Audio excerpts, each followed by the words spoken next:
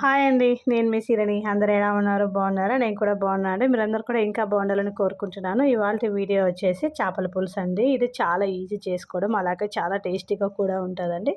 ఏ విధంగా తయారు చేయాలనేది ఇప్పుడైతే నేను చూపిస్తున్నాను. వీడియో పూర్తి వరకు చూడండి, అప్పుడే మీకు అర్థమైపోతుంది.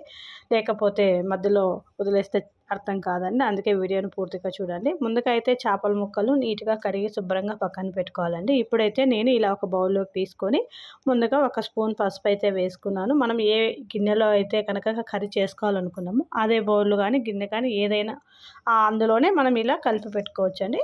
ముందుగా నేనైతే పసుపు వేసాను, దాని తర్వాత ఉప్పు, దాని తర్వాత కారము, అలాగే ఆనియన్స్, పచ్చిమిర్చి కూడా సన్నగా కట్ చేసి పెట్టుకోవాలండి.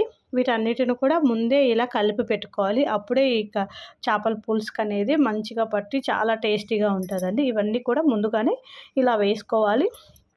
దాని తర్వాత వీటన్నిటిని కూడా మంచిగా కలపాలండి. కింద నుంచి పై వరకు మొత్తంగా కలపడం వల్ల ఆ చేప ముక్కలకు ఈ ఉప్పు, కారము, అలాగే ఆనియన్స్, పచ్చిమిర్చి ఇవన్నీ కూడా మసాలా పడుతుందండి. అలాగే ఆయిల్, ఇది ఆయిల్ కూడా కొంచెం ఎక్కువే పడుతుందండి. ఎందుకంటే ఇది కూడా పచ్చిదే. మొత్తం అన్నిటిని కూడా ముందే వేసుకోవాలి. నేను చేసే ఈ చేపల పులుసుకైతే చూడండి, ఒకసారి నేను చేసిన విధంగా ట్రై చేయండి, చాలా టేస్టీగా వస్తుంది. దీన్ని ఒక అరగంట సేపు మూత పెట్టుకొని పక్కన పెట్టుకోవాలండి. దాని తర్వాత అరగంట తర్వాత ఇలా చింతపండు పులుసు అయితే నేను ఈ చేపల ముక్కలలో అయితే వేస్తున్నాను.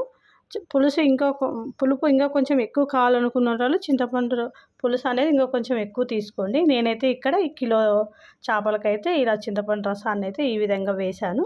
మళ్ళీ వీటన్నిటిని కూడా కింద నుంచి పై వరకు ఒకసారి మంచిగా కలపాలండి. అప్పుడు ఆ పులుపు అనేది చేపల ముక్కలకైతే పడుతుంది. ఇలా ఇంకా మనం మొత్తం అంతా కలిపి పెట్టుకున్న తర్వాత ఇంకా డైరెక్ట్గా అయితే స్టవ్ మీద పెట్టుకోవాలండి. చిన్న మీడియం మంట మీదగా ఇలా స్టవ్ మీద మనం ఏ బౌల్లో అయితే కలిపామో అదే దాంట్లో ఇంకా డైరెక్ట్గా పెట్టేసుకోవచ్చు. ఇంకేం అవసరం లేదు. ఇలా మీడియం మీద పెట్టుకోవాలి, ఎందుకంటే చేపల పులుసు అనేది తొందరగా కుక్ అవుతుందండి. అందుకనేసి ఇప్పుడు ఇలా ఒక ఉడికిన తర్వాత దాన్ని కింద నుంచి పై వరకు ఒకసారి గరిటెతో కలుపుకోవాలండి. ఎందుకంటే మళ్ళీ కలుపుకోలేము.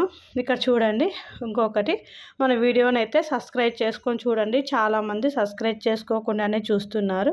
ప్లీజ్ మన ఛానల్ని అయితే సబ్స్క్రైబ్ చేసుకోండి, ఎందుకంటే నాకు మోటివేషన్గా ఉంటుంది మీరు సబ్స్క్రైబ్ చేసుకోవడం వల్ల. అలాగే నేను ఎప్పుడు వీడియోలు పెట్టినా అవన్నీ మీకు తొందరగా మీ వరకు చేరుతాయి.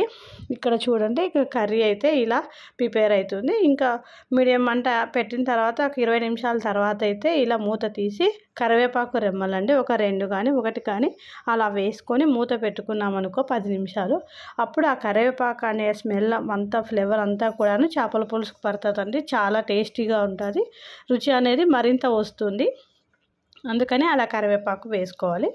ఇంకా ముక్క ఉడికిందో లేదో అనేసి మనము ఇలా మెల్లగా ఒకటి తీసుకొని చెక్ చేసుకోవచ్చు అండి. ఇక్కడైతే చేపల పులుసు అయితే చేప ముక్క మెత్తగా అయిపోయింది. ఇంకా నేను స్టవ్ బంద్ చేసి ఒక అరగంట తర్వాత అయితే ఇలా వచ్చిందండి. ఇంకా నేను ఇందులోకి వైట్ రైస్ కాంబినేషన్గా తీసుకున్నాను. ఇందులో జొన్న రొట్టె కూడా చాలా బాగుంటుందండి. నేనైతే ఫస్ట్ ఇక్కడ వైట్ రైస్ తీసుకున్నాను. చాలా టేస్టీగా ఉంది, తప్పకుండా ట్రై చేయండి. ఈ వీడియో కనుక మీకు నచ్చినట్లయితే లైక్ చేయండి, అలాగే షేర్ చేయండి. ప్లీజ్ సబ్స్క్రైబ్ చేసుకోండి. Thank you for watching.